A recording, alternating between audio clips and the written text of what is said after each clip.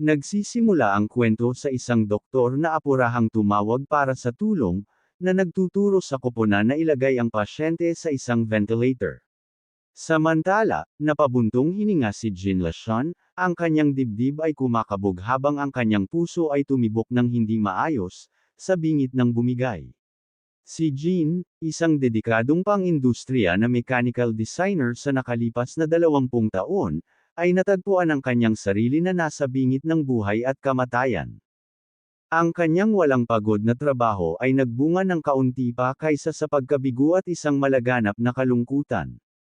Ngayon, ang kanyang walang humpay na pagmamaneho ay sa wakas ay naabutan siya, na nabalian ang kanyang kalusugan sa isip at iniwan siya sa ganitong delikadong estado. Mula sa sandali ng kanyang kapanganakan, ang buhay ni Jean ay minarkahan ng trahedya. Isang aksidente sa sasakyan ang pumatay sa kanyang mga magulang, na nag-iwan sa kanya upang mag-navigate sa mundo bilang isang ulila. Sa kabila ng kanyang paghihirap, nagpatuloy si Jean, na kumikapit sa pag-asang balang araw ay kilalanin ng buhay ang kanyang mga pagsisikap at ituring siyang matagumpay. Gayunpaman, hindi dumating ang araw na iyon. Pagkatapos ng graduation, nakakuha siya ng isang trabahong mababa ang sweldo na halos hindi nagpakalutang sa kanya sa loob ng 2 dekada. Ang kanyang personal na buhay ay kasing lungkot. Buong buhay niyang nag-iisa, ni minsan ay hindi niya naranasan ang lapit ng kahit na hawak ang kamay ng isang tao. At ngayon, tila, ang kanyang nag-iisa na paglalakbay ay matatapos na. Jean, naririnig mo ba ako? Ang boses ng kanyang pinakamalapit na kaibigan ay bumasag sa kaguluhan, puno ng pag-aalala habang sinusubukan nilang hilahin siya pabalik mula sa bingit. Gayunpaman, hindi maiwasan ni Jean na tanungin ang halaga ng isang buhay na tulad niya. Mayroon bang anumang kahulugan ng gayong pag-iral? Habang nangingibabaw sa kanya ang pagod, naisip niya, baka iidlap lang ako ng konti. Nang imulat niya ng kanyang mga mata, ang tanawin sa paligid niya ay lubos na hindi pamilyar. Natagpuan niya ang kanyang sarili sa isang silid ng walang kapantay na karangyan, pinalamutian ng mga kurtinang sutla at kumikinang na mga ilaw na kristal. Ang karangyan ng setting ay nagpasindak sa kanya saglit, sa pag-aakalang nasunog niya ang lahat ng kanyang ipon sa isang maluhong silid ng ospital. Tapos, may lumabas na notification sa harap niya.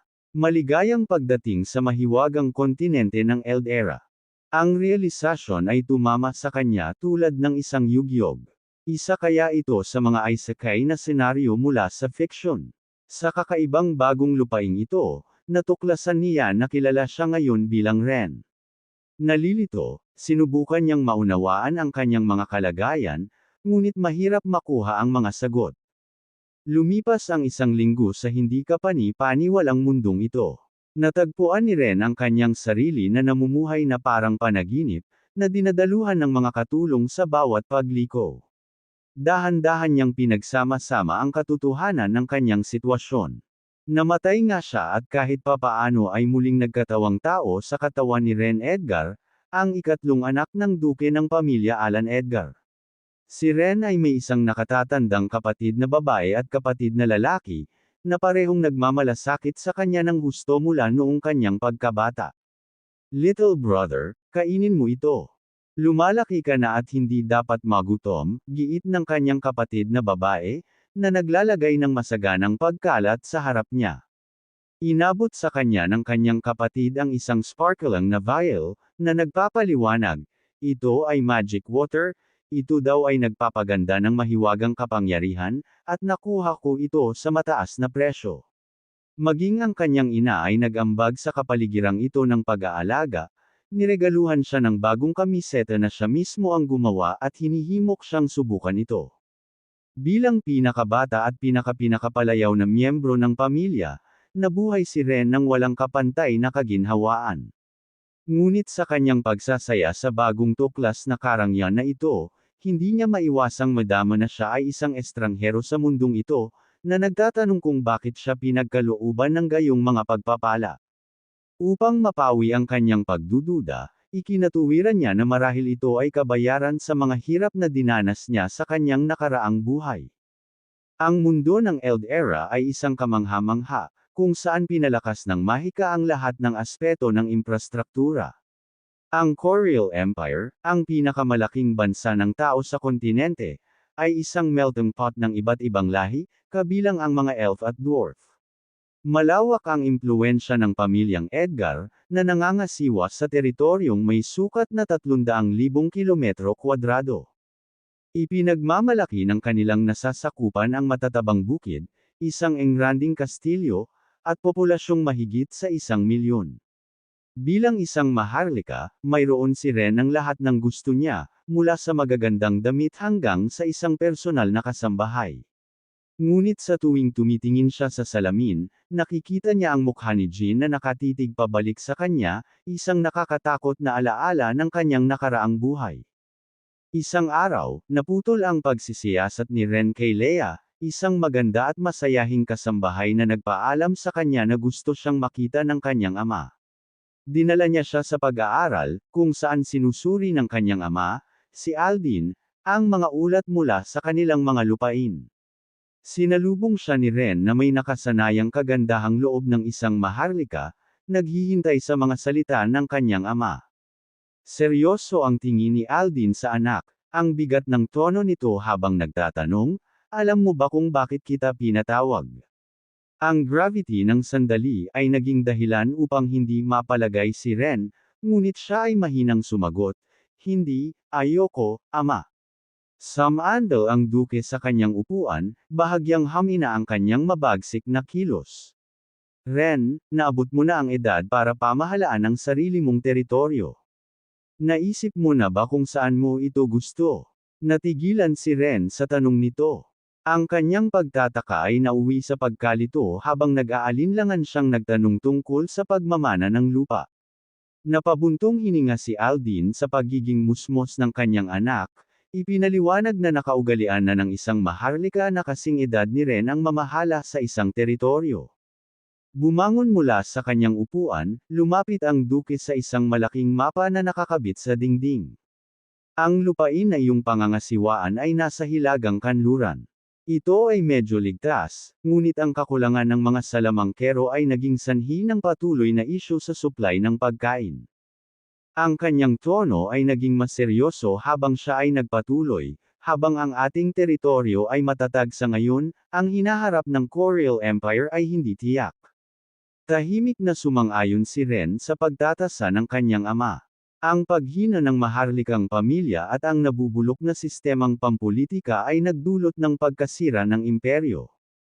Ang mga lords ay patuloy na nag-aaway, na may mga nakatagong tunggalian at mga pukana na naghahabi ng isang mapanganib na web ng kompetisyon na lalo lamang lumago sa paglipas ng panahon. Mula sa kanyang muling pagsilang, naranasan ni Ren ang pag-aalaga at pagmamahal na hindi niya nakita noon. Dahil sa bagong pag-ibig na ito, naging determinado siyang protektahan ang mga tunay na nagmamalasakit sa kanya. Habang pinagmamasdan ng kanyang anak na malalim ang iniisip, nabahala si Aldin, na nagtatanong kung masyado ba siyang naglalagay ng responsibilidad kay Ren.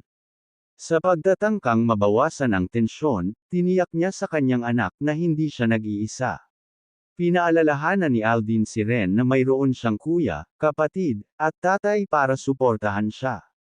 Si Ren, gayunpaman, ay tila may ideya. Tiningnan niya ang kanyang ama na may panibagong determinasyon. Sa seryosong tono, tinanong niya kung ang paglutas sa isyu ng supply ng pagkain ay magiging mas ligtas ang kanilang teritoryo. Napangiti si Aldin sa sigla ni Ren, pero tiningnan ang diskarte ng kanyang anak na sobrang simplistic. Ipinaliwanag niya na ang pagresolba sa problema sa pagkain ay nangangailangan ng higit pa sa passion. Hinihiling nito ang masusing pagpaplano at unti-unting pagpapatupad. Ngunit si Ren ay hindi nag-iisip ng simple. Siya ay kumukuha mula sa naipon na kaalaman ng sangkatauhan na huwad sa pamamagitan ng hindi mabilang na mga rebolusyong pang-industriya. Sa hindi natitinag na pagtitiwala, buong tapang niyang idineklara na akuhin niya ang responsibilidad sa pagtugon sa krisis sa pagkain. Nagsimula ang paglalakbay ni Ren sa kanyang bagong domain. Ang Island City, ang liblib na teritoryong itinalaga sa kanya, ay isang lupaing mayaman sa potensyal ngunit puno ng mga hamon. Sa Hilaga, ito ay hangganan ng teritoryo ng Grand Duke Ryan, isang sinumpaang kalaban. Sa kanluran, nakalatag ang mga mahiwagang lupain ng mga duwende, at sa timog ay nakaunat ang malawak, hindi natukoy na karagatan. Dahil sa estratehikong lokasyon ng teritoryo, naging madalas itong larangan ng digmaan, na nag-iiwan sa matatabang lupain nito na tigang, kakaunti ang populasyon nito, at naubos ang mga mapagkukunan nito. Habang dinala siya ng karwahe patungo sa Island City, isinubsob ni Ren ang kanyang sarili sa mga dokumentong nagdedetalye sa kanyang bagong domain. Si Leia, ang matapat niyang kasama, ay matamang pinagmamasdan, baka sa mukha nito ang pag-aalala. Alam ni Ren na ang pagpapasigla sa teritoryo ay nangangailangan ng pagtaas ng populasyon nito, dahil ang isang malakas na manggagawa ay ang gulugod ng anumang rebolusyong pang-industriya. Naunawaan niya ang bigat ng hamon ngunit naniniwala siyang magtatagumpay ang kanyang mga pagsisikap. Si Ren ay hindi nagsimula sa simula. Kabilang sa kanyang mga ari-arian ang isang espesyal na kasanayang ipinagkaloob sa kanya ng system, Human Resource Scan. Ang kakayahang ito ay nagpapahintulot sa kanya na masuri at makilala ang mga mahuhusay na indibidwal ng madali. Nang masubukan ang kasanayan sa kanyang pamilya, nagkaroon si Ren ng malinaw na pag-unawa sa mga pamantayan ng talento sa mundo. Ang kanyang unang prioridad sa pagdating sa Island City ay malinaw, humanap ng mga pambihirang indibidwal na maaaring tumulong sa pagpapanumbalik ng teritoryo. Samantala, naalala ni Leia ang mga tagubilin ng Duke sa kanya. Suportahan si Ren at tiyaking hindi siya gagawa ng kaguluhan sa rehiyon. Tahimik siyang nagdasal na sana ay hindi gumawa ng gulo si Ren. Sa Island City, ang tirahan ng City Lord ay puno ng tensyon. Isang lalaki, na halatang balisa, ang nagulat na malapit nang dumating ang bunsong anak ng Duke. Iminungkahi niya ang pagsasagawa ng preemptive action. Gayunpaman, ang lalaking nakamaskara na nakaupo sa tapat niya ay pinawalang bisa ang pag-aalala sa isang malamig, sinusukat na tugon. Inutusan niya ang mga ito na maghintay ng karagdagang utos at huwag munang hawakan si Ren sa ngayon. Ang kanyang kalmadong kilos ay nakatatak sa nag-aapoy na galit habang sinasabi niya ang pagpapabayad ni Aldin sa mga nakaraang paglabag. Ang blonde-haired na lalaki sa malapit ay hindi gaanong composed. Kinakabahan, nabalisa siya sa kanyang mga huwad na record sa pananalapi at paglustay ng mga buwis. Gayunpaman, ang lalaking nakamaskara ay tumawa ng mahina, tinutuya si Ren bilang isang ignorante na playboy na hindi kailanman makakapansin ng mga ganoong detalye. Ang kailangan lang nilang gawin ay ibigay sa kanya ang ilang hindi nauugnay na mga dokumento sa kanyang pagdating. Walang ganang tumalima ang blonde-hair na lalaki at umalis para maghanda sa reception ni Ren. Habang papalapit ang karwahe ni Ren sa labas ng Island City, sumilip siya sa mga tigang na bukirin at inabandunang mga bukirin. Naging seryoso ang ekspresyon niya habang pinagmamasdan ang eksena. Humingi siya ng mapa kay Leia at masusing pinagmasdan ang paligid. Nanatili ang kanyang tingin sa ilog sa kanluran at sa daungan sa timog. Isang biglaang ideya ang sumagi sa kanya. Ang paghuhukay sa ilog at paggawa ng isang kanal upang i-connecta ito sa dagat ay maaaring makahinga ng bagong buhay sa lupa. Naputol ang pag-iisip ni Ren ng isang desperadong sigaw. Isang batang babae ang lumuhod sa dumi, na nakahawak sa binti ng isang lalaki, malamang na ang kanyang ama, na tila may balak na magtungo sa isang lungga ng pagsusugal. Maluhaluhang pakiusap ng dalaga, nakikiusap na huwag isugal ang natitira nilang pera, na para sa pagpapagamot ng kanyang ina. Nanginginig ang boses niya habang ipinaliwanag niya na ang pagkawala ng pera ay mapapahamak sa kanyang may sakit na ina. Ang lalaki, na natupok ng kanyang kasakiman, ay umungal sa dalaga upang pakawalan. Ang kanyang pagtitiwala sa kanyang kapalaran ay nabulag sa kanyang desperasyon. Nang tumanggi siyang pakawalan siya, itinaas niya ang kanyang kamay sa galit, na nagbabalak na hampasin siya. Bago pa dumapo ang suntok, pumagitna si Ren. Sa isang mabilis na suntok, pinadapa niya ang lalaking nakahandusay sa lupa. Nag-alab ang galit sa mga mata ni Ren, bagamat agad itong napangiwi. Kung tutuusin, ito ang unang beses na naghagis siya ng suntok. Sumugod si Leia sa gilid ni Ren, puno ng pag-aalala ang mukha niya. Marahan niya itong sinaway, binanggit na sa susunod na plano niyang matamaan ang isang tao, dapat man lang niya itong bigyan ng babala para makapagdala siya ng protective gear. Tumawa si Ren, inalis ang pag-aalala niya. Ipinaliwanag niya na ang suntok ay isang spur-of-the-moment na desisyon, na walang oras para sa paghahanda. Habang nagsasalita siya, humakbang siya patungo sa lalaking nakahandusay sa lupa, inutusan si Leia na tingnan ang dalaga habang nakikipag-usap siya sa sugarol. Ang lalaki, na nakahawak pa rin sa kanyang mukha, ay tumitig kay Ren dahil sa gulat. Matalim at puno ng paghamak ang tingin ni Ren. Pinagalitan niya ang lalaki dahil sa pagkuha ng pera para sa kanyang pamilya at pagsusugal nito, at ginawa pa nga niya ang pananakit sa sarili niyang anak. Napakunot noo ang sugarol at sinubukang ipagtanggol ang sarili, tinanong kung sino si Ren para makialam sa kanyang mga gawain. Humakbang papalapit si Ren, kahanga-hanga ang kanyang presensya. Binalaan niya ang lalaki na hindi mahalaga kung sino siya. Kung sakaling mahuli niya siya malapit sa isang sagalan muli, ang kahihinatnan ay magiging matindi.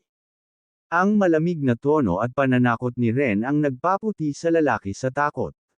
Nauutol na nangako ang mananaya na layuan ang mga sagalan at mabilis na tumakas. Sa pakiramdam na nasisiyahan sa kanyang paghawak sa sitwasyon, bumalik si Ren sa dalaga, na nakatayo doon sa gulat. Nag-aalala, tinanong niya kung ayos lang siya at inactivate ang kanyang sistema upang suriin ang kanyang kondisyon. Ang batang babae, na nagngangalang Lilian, ay yumuko bilang pasasalamat, na labis na nagpasalamat kay Ren. Ipinaliwanag niya kung paano ang pagkawala ng pera ay nangangahulugan ng pagkawala ng pagkakataong iligtas ang buhay ng kanyang ina. Habang pinag-aaralan ni Ren ang screen ng system, naintriga siyang makita ang kanyang mga istatistika. Bagamat karaniwan ang karamihan, isang natatanging katangian ang namumukod-tangi, ang kanyang potensyal sa agrikultura at pag-aani. Sa pagkilala sa nakatagong talentong ito, nagpasya si Ren na kunin siya para sa kanyang mga plano na ibalik ang lupain. Magiliw nang umiti sa kanya si Ren, na napansin na malamang napupunta siya sa lungsod upang maghanap ng doktor para sa kanyang ina. Iminungkahi niya na sumali siya sa kanyang grupo, dahil naglalakbay din sila doon. Nag-alinlangan si Lilian, nag-aalala na madumihan ang kanyang karwahe, ngunit tiniyak siya ni Ren na may kalmadong ngiti. Ipinaliwanag niya na ang isang karwahe ay isang sasakyan lamang, mga tabla lamang ng kahoy na pinagsama-sama. Walang ganoong bagay na malinis o madumi pagdating sa transportasyon. Bukod dito, mayroon siyang ilang mga katanungan para sa kanya. Biglang naging seryoso ang tono ni Ren. Kinwestiyon niya kung bakit umiral ang gambling den sa isang lugar na naghihirap. Naalala niya ang kamakailang paghihirap ng rehiyon.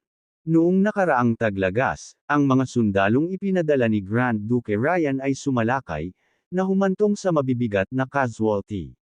Sa unang bahagi ng tagsibol, sinalanta ng mapangwasak na baha ang lupain, na iniwan ang mga tao nito na nagpupumilit na mabuhay. Ang mga kalye ng Island City ay nagdala ng mga peklat ng mga pangyayaring ito, kung saan ang mga pulubi ay nakahanay sa mga kalsada at ang kawalan ng pag-asa ay makikita sa lahat ng dako. Sa paglalakad sa mga wasak na kalye, nagpasya si Ren na mahalagang magsagawa ng buong census ng populasyon upang masuri ang natitirang produktibong manggagawa. Una, gayunpaman, binalak niyang bumisita sa City Lord's Manor upang suriin ang mga reserbang pondo at matukoy kung ano ang maaaring ilaan para sa mga pagpapabuti ng infrastruktura. Tinanong ni Ren si Lilian ang lokasyon ng asyenda, ngunit bago pa siya makasagot, isang sigaw ang naputol ang kanilang pag-uusap. Isang blonde-haired na lalaki na nakasakay sa kabayo ang tumalon sa kalye, sumisigaw na umalis ang mga tao sa kanyang daraanan. Ang lalaki ay tila walang pakialam sa kaguluhang dulot niya, ang kanyang mga aksyon ay walang ingat at mapanganib. Mabilis na nag-react si Leia, sakto namang hinayla si Ren para makaiwas sa tumatakbong kabayo. Nawala sa di kalayuan ang sakay, walang pakialam sa iniwan niyang kaguluhan. Si Leia, gayunpaman, galit na sinundan siya ng tingin. Para sa kanya, ang sinumang nang ahas na saktan si Ren ay nararapat sa pinakamabigat na parusa. Habang mahigpit ang pagkakahawak ni Leia kay Ren, nahihirapan siyang huminga at sa wakas ay nakuha niya ang atensyon nito. Mabilis siyang pinakawalan, humihingi ng tawad at nagtatanong kung nasaktan siya. Napangiti siya ni Ren, na nagpahayag ng pasasalamat sa kanyang mabilis na pagkilos. Nagseryoso muli, tinanong ni Ren si Lilian kung nakilala niya ang sakay. Nanginginig, ipinaliwanag niya na siya ang young master ng pamilya Elwon, na ang kayamanan ay nagmula sa pagmamay-ari ng lahat ng mga sag-alan sa Island City. Napalitan ng interes ang ekspresyon ni Ren. Kung ang pamilya Elwon ay mayaman, ito ay nagpakita ng isang pagkakataon upang panduhan ang kanyang mga plano. Hiniling niya kay Lilian na dalhin siya sa isa sa mga sag-alan, ngunit sinubukan niyang pigilan siya, na nag-aalala na mawawala ang lahat ng pera niya. Si Ren, gayunpaman, ay nanatiling tiwala. Tiniyak niya sa kanya na walang kukunin sa kanya ang gambling den. Habang pinagmamasdan ng kanyang determinadong figure, hindi maiwasan ni Lilian na magtaka kung sino ba talaga ang marangal na binata na ito. Maya-maya, dumating na si Ren sa gambling den. Ang gusali ay namumukod tangi mula sa nakapalibot na mga istruktura, ang kadakilaan nito ay nagpapakita ng pagkakaiba sa pagitan ng kayamanan at kahirapan. Nakapost ang mga bantay sa pasukan, ngunit walang pag-aalinlangan na lumapit si Ren. Isang nakakalokong ngiti ang sumilay sa kanyang mukha habang iniisip ang kanyang mga plano. Kukunin niya ang lahat mula sa lugar na ito upang panduhan ang kanyang mga proyektong pang-industriya. Sa loob, ang den ay isang magulong pinaghalong ingay at desperasyon. Ang mga sugarol ay nakiusap para sa mga pautang, tiyak na maaari nilang ibalik ang kanilang mga pagkatalo sa susunod na round. Ang iba ay nagdiwang ng panandaliang mga tagumpay o nagdadalamati sa mga pagkatalo. Pinagmasdan ni Ren ang eksena ng may kritikal na mata. Hanggat umiiral ang sag-alan na ito, napagtanto niya, ang mga tao sa Island City ay hindi kailanman magkakaroon ng motibasyon na magtrabaho ng masigasig. Lumapit si Lilian kay Ren, mababa at maingat ang boses nito habang ipinapalam nito sa kanya na pinalibutan na ng mga kawal nila ang sag-alan. Tinanong niya kung dapat silang magpatuloy. Si Ren, na pinananatili ang kanyang kalmadong kilos, ay sinabihan siya na maghintay. Gusto niyang makahuli ng mas malaking target. Habang nakatayo siya roon, lumapit sa kanya ang isang staff mula sa gambling den na may magalang na ngiti at tinanong kung anong laro ang gustong laruin ng young master. Ngumiti pabalik si Ren, nagkukunwaring kawalan ng karanasan, at inamin na hindi siya masyadong pamilyar sa pagsusugal ngunit gustong sumubok ng ilang round. Hiniling niya sa kawani na magrekomenda ng isang simpleng laro. Nakaramdam ng madaling marka, iminungkahi ng attendant ang isang dice game at binigyan si Ren ng 2 komplementaryong chips, na sinasabing libre ang mga ito para sa kanya upang subukan ang kanyang kapalaran. Tinanggap naman sila ni Ren na mukhang natuwa. Nagsimula ang laro ng casual na inihagis ni Ren ang 2 chips sa maliit na puwang ng pagtaya. Sa panunood nito, ang 2 kawani ng kasino ay nagpalitan ng mapanuksong tingin, tiwala sa kanilang tukana. Mabilis na gamulong ang dice, lumapag sa 6 at 6, malaki. Nagkunwaring nakikiramay ang attendant, pinalubag si Ren sa pagsasabing malapit na siyang manalo. Perpektong ginampanan ni Ren ang kanyang bahagi, nagpahayag ng pagkagulat sa kung gaano kabilis natapos ang laro. Sinabi niya na hindi ito masyadong nakakaaliw at sinabi niyang nakaramdam siya ng gutom, tumalikod upang umalis. Ang katulong, gayunpaman, ay humakbang sa kanyang harapan, na hamarang sa kanyang daraanan. Bumaba ang kanyang magalang na kilos, napalitan ng mapanuksong tono habang humihingi siya ng bayad para sa mga chips na ginamit ni Ren. Kumunot ang noo ni Ren, nagkukunwaring pagkalito. Tanong niya nang pumayag siyang magkaroon ng utang. Ngumisi ang attendant at ipinaliwanag na ang mga chips ay hindi mga regalo, ngunit mga pautang.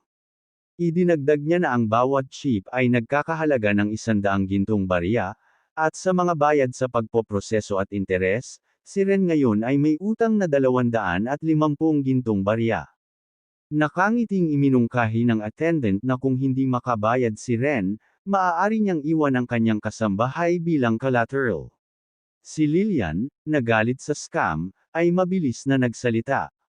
Inakusahan niya ang attendant na nagsisinungaling at ipinaliwanag kay Ren na ang mga chips ay hindi hihigit sa 1 silver coin bawat isa. Ang attendant, galit na galit kay Lillian dahil sa paglantad ng kanyang panlilinlang, ay sumigaw para sa mga gwardya na bugbugin siya. Bago niya matapos ang kanyang utos, sinaktan siya ni Ren ng isang malakas na suntok, na nagpa-attract sa lalaki at bumagsak sa malapit na mesa. Kalmadong inaayos ang kanyang damit, sinabi ni Ren na walang awtoridad na magsalita rito ang isang tulad ng attendant. Nagkagulo ang kasino habang ang mga manunugol ay nagkukumahog upang kunin ang mga chips na nakakalat sa sahig.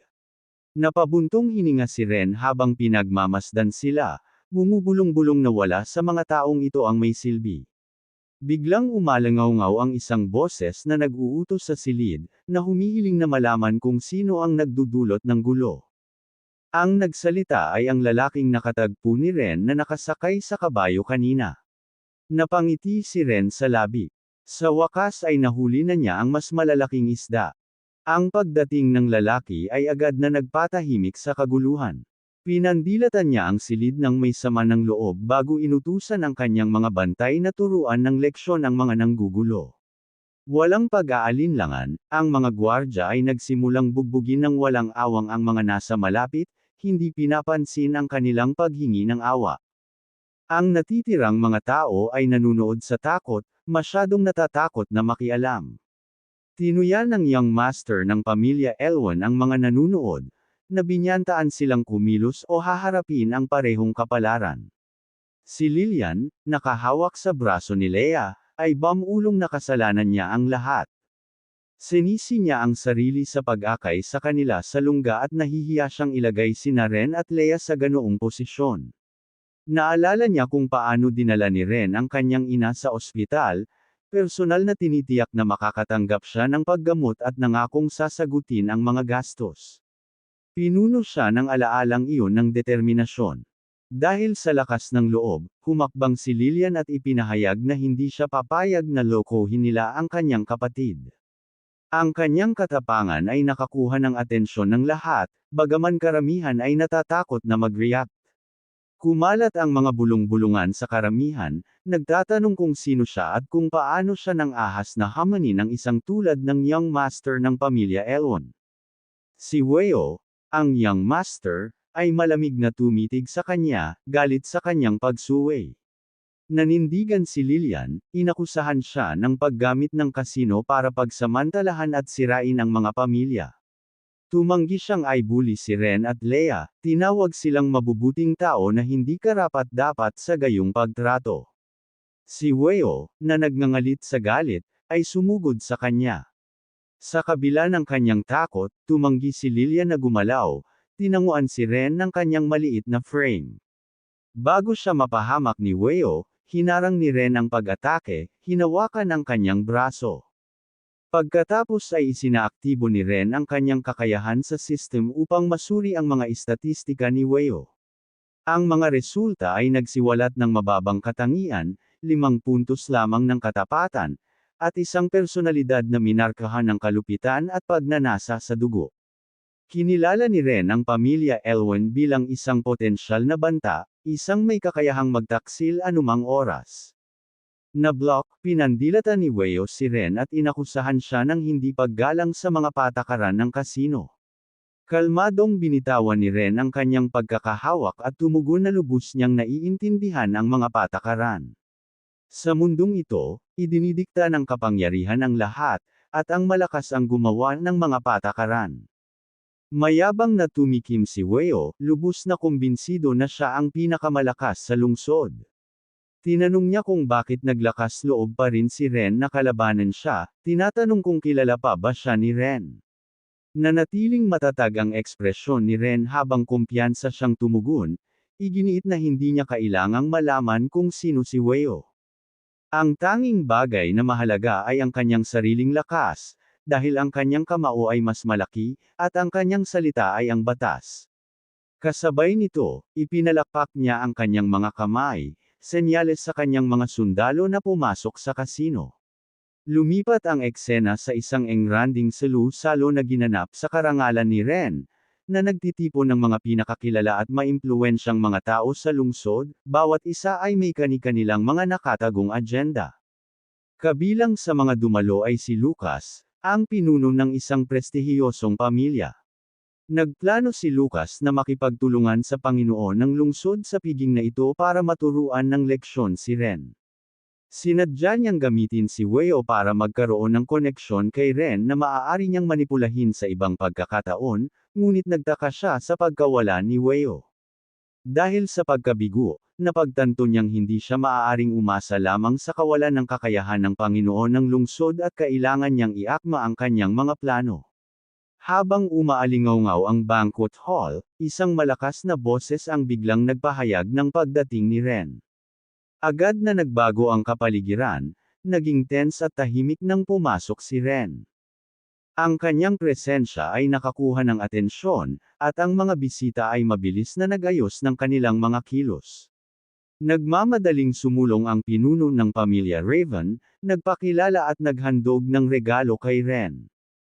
Ang isa pang panauhin, ang ulo ng pamilyang Jose, ay sabik na ipinakilala ang kanyang anak na babae, na umaasang makahingi ng pabor. Gayunpaman, ang matalim na ekspresyon ni Ren ay nagpatahimik sa silid habang inutusan ang lahat na tumahimik. Sa lahat ng naruroon, ipinahayag ni Ren na oras na para opisyal na magsimula. Iminuwestre niya ang kanyang pagdalo na magdala ng isang malaking blueprint, isang kakaibang bagay na agad na nakakuha ng atensyon ng lahat. Itinuro ang blueprint, ipinaliwanag ni Ren na ito ay isang disenyo para sa isang dam na na-sketch niya kanina noong hapong iyon. Binanggit niya na magpapaliste siya ng mga bihasang manggagawa sa panahon ng pagtatayo nito upang kumpirmahin ang mas pinong mga detalye.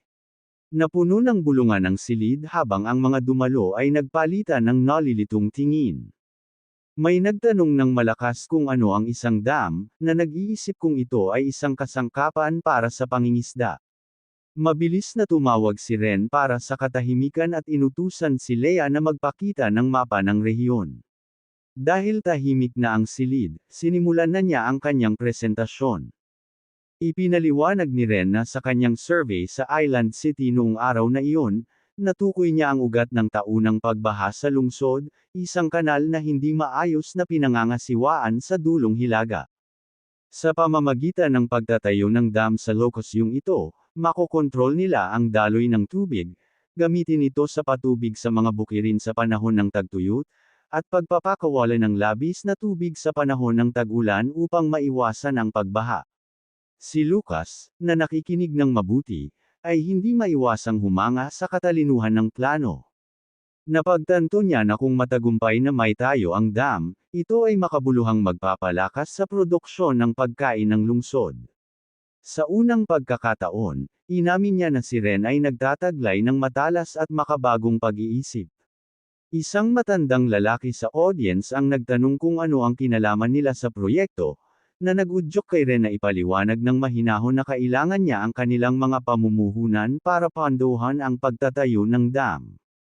Ang pahayag na ito ay nagulat sa mga tao, na nagdulot ng isang alon ng pag-ungol.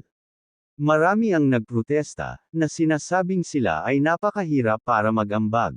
Si Lucas ay nanatiling tahimik, pribadong iniisip na habang si Ren ay matalino, siya ay walang muwang na umasa sa mga oportunistang ito na kusang mamuhunan. Si Ren, gayunpaman, ay hindi walang muwang gaya ng inaakala nila.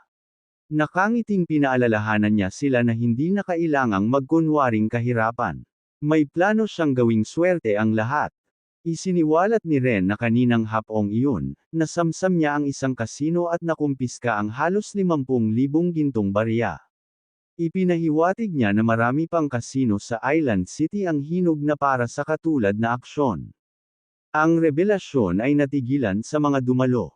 Nagtatakbo ang kanilang isipan habang pinoproseso nila ang mga implikasyon. Ang ilan ay nag-aalalang bumulong-bulong, iniisip kung ang kanilang mga bahagi sa kita sa kasino ay nawala na ngayon. Ang iba ay umaasa na ang nasamsam na kasino ay hindi isa sa kanilang mga pamumuhunan. Naging malinaw na ang pinakamalaking kasino sa Island City ay pag-aari ni Lord Andrin, kaya malamang na si Ren ay nag-udyok ng isang malakas na kalaban. Si Lucas, ang kanyang kalmadong harapan na nagtatakip ng matinding galit, ay humakbang pasulong upang harapin si Ren. Inakusahan niya si Ren ng pagkilos ng labag sa batas sa pamamagitan ng pagtanggal sa isang lehitimong negosyo ng walang pahintulot. Binigyang diin ni Lucas na ang mga batas ng Corel Empire ay hindi maaaring labagin at binalaan si Ren ng mga kahihinatnan. Mabilis na sumingit ang iba, na inuulit ang mga salita ni Lucas. Inakusahan nila si Ren na lumampas sa kanyang autoridad at itinuro na ang mga kasino ay mga lehitimong negosyo. Lalong lumakas ang loob ng karamihan, nagrally sa likod ng mga pagtutol ni Lucas. Si Ren, na hindi nabigla sa kanilang mga protesta, ay nanatiling kalmado. Hinarap niya ang silid, binanggit na nang humingi siya ng mga pamumuhunan, sinasabi nilang mahirap sila, ngunit ngayong nag-aalok siya ng pagkakataon para kumita, bigla silang nabahala. Itinuro niya na karamihan sa kanila ay kasabwat sa mga operasyon ng kasino at binalaan sila na ito na ang kanilang huling pagkakataon upang iligtas ang kanilang mga reputasyon, o siya ay personal na makialam. Dahil dito, humakbang pasulong ang mga sundalo ni Ren, ang kanilang presensya ay isang matinding paalala ng autoridad ni Ren. Si Lucas, na nagsasalita para sa grupo, ay iginiit na hinding-hindi kukonsintihin ng Grand Duke ang walang ingat na aksyon ni Ren. Ang iba ay tumunog, nakikiusap kay Ren na muling isaalang-alang ang kanyang diskarte at hinihimok siyang kumilos ng may pagpipigil. Ngumiti si Ren, ang kanyang plano ay ganap na natutupad. Taglay ang autoridad, inihayag niya na malugod niyang tatalakayin ang batas sa kanila. Ang kanyang boses ay mahinahon ngunit nag-uutos habang nag-uutos na dalhin ang mga makakatulong sa paglilinaw ng sitwasyon.